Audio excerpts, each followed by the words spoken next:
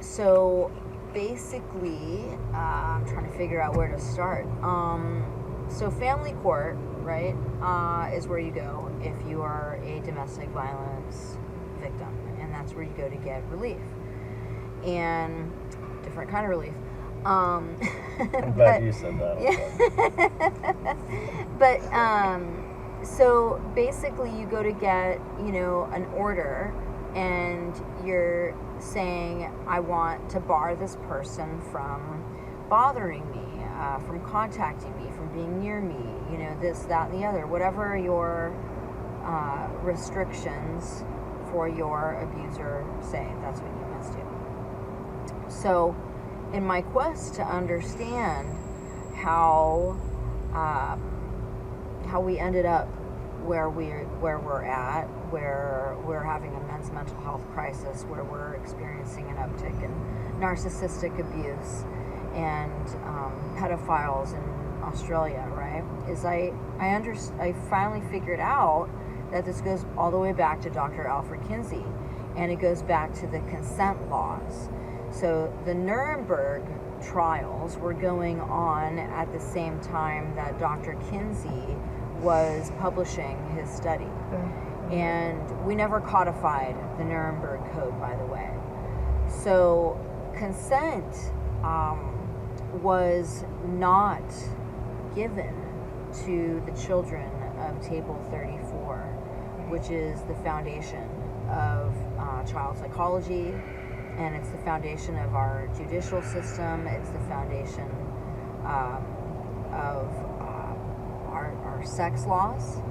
Dr. Kinsey is responsible for the Sexual Information Education Council of the United States, and they have a heavy hand at the United Nations. And they're the people that taught about sex ed in the 80s. They introduced AIDS education, and they have continuously pushed more and more to increase their agenda onto the world in collaboration with Planned Parenthood, International Planned Parenthood Federation. So both of these organizations who have a heavy hand at the United Nations were started by eugenicists. Hear that, people? And the human potential movement was happening at this time also. And the human potential movement was happening at the same time that the sexual rights movement was happening. Dr. Kinsey was the father of the sexual rights movement. The father of the human potential movement was Dr. Abraham Maslow of the hierarchy of needs. Mm-hmm. And I always wondered, why did Maslow add sex as a basic need? Because I just didn't understand. Yeah. Because when you're saying sex is a basic need and you're adding it next to food and water, you're saying that you have a right to have sex. And to fulfill your basic needs. Underlying, read the fine print, you're saying that you're entitled to another person's body in order to achieve that and complete that. So I started my company, Maslow's Mirror. And then I found out that Maslow actually participated in the Kinsey report at the same time that he was adding sex next to food and water. Wow. So consent laws, were not fulfilled, were not achieved, were not respected, and children were raped and molested in order to achieve our justice system. And a justice system built on child rape is not a system at all. Not a system at all. Mm-mm. Thank you for letting me have this platform. Yeah. I mean, those are some really powerful things, and thank you so much for your, I want to say courageous, because this topic is very sensitive, and I know that it can be very activating for people, whether you are the 1 in 4 individuals who've experienced child rape, child molestation. I experienced this as a child. It's very common, unfortunately, but not talked about. And the things that are being brought up today they're not just in Australia. This is actually a thing here. I was having a conversation with a friend the other day.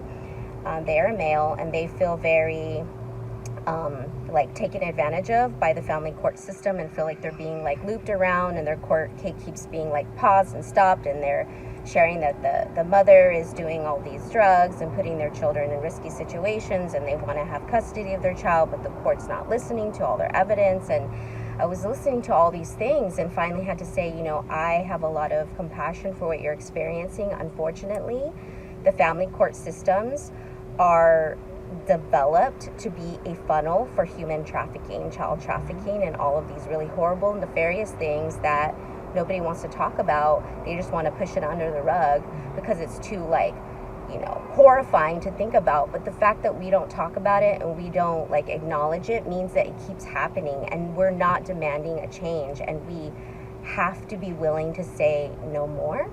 We're not cool with that. We're not cool with children being abused and used, and all the, I don't even want to go into the horrible things that have you actually happen. Heard anything about that? Well, I want to highlight that cognitive dissonance, what you're talking about, is painful. That's why people don't want to look at it. They it is horrifying. It's so horrifying that you want to look away, and that is a completely normal reaction. That's what they did. That's what society did in 1940 Germany, and they don't want to look at it, and so they turn away. But that's that freeze, I think, and it is extremely painful and uncomfortable. But if you want to train like a samurai and get these kids out of the worst of the worst, train yourself to quickly get out of the shock and awe quickly and react. Donate to your local causes. Use whatever tools you have there. This is the number one problem in the world, and if children cannot be protected, if we can't stop what we're doing in order to protect children right now, I don't know what other thing is more important. Yeah, what is more important? Yeah, what is more important? And it's putting a lot of trauma and everything into the future too. It's not just because we're not really addressing the root of the issue. I mean, this goes back to all the things that you're just saying right now. I think about the person who violated me as a child. They were a family member, which is usually the case, right? It's someone who's very close to you that can have close access to you. And I wonder, for a long time, I was just like, fuck that person, right? Because they violated you and created all these dynamics for you to now have to figure out. But now as an adult, I wonder, were they abused as well? Did they have some type of sexual abuse as well? Because I think about how old they were and how old I was. We were both children. And how that translates into this ripple effect. 70% of children who are abused as children go on to abuse as adults. Right. And there's about 20% are women, and then the rest, 80% typically are men. And the average pedophile will abuse about over 100 children in their lifetime, just one.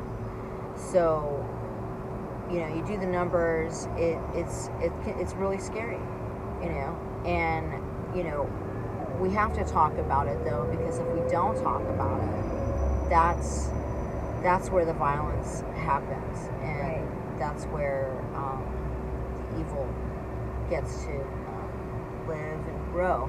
But when we shine a light on it, we let other people know that, here's the spotlight, you can find us over here, we are safe, and we are making a difference.